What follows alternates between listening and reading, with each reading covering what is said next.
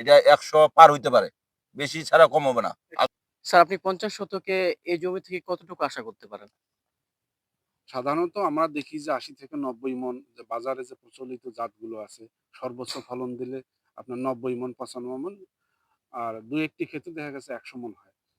তো আমার বক্তব্য হচ্ছে আমার চাষী ভাই যিনি যেহেতু সরাসরি উনি মাঠে উনি প্রায় ৮ একর জমিতে ভুট্টা লাগিয়েছেন। ইতিপূর্বেও উনি ৮-১০ একর করে ভুট্টা করতেন। উনি যেহেতু বলছেন যে ১০৫ মণ বা প্লাস এরকম হয়, আমি তার সাথে পুরোপুরি একমত।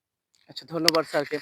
মানুষের যে একটা আস্থা ছিল যে আমরা যে দেখি যে বিএডিসির ধান, গম মানুষ কিন্তু অসানোর উপরে এটা লাগাতো।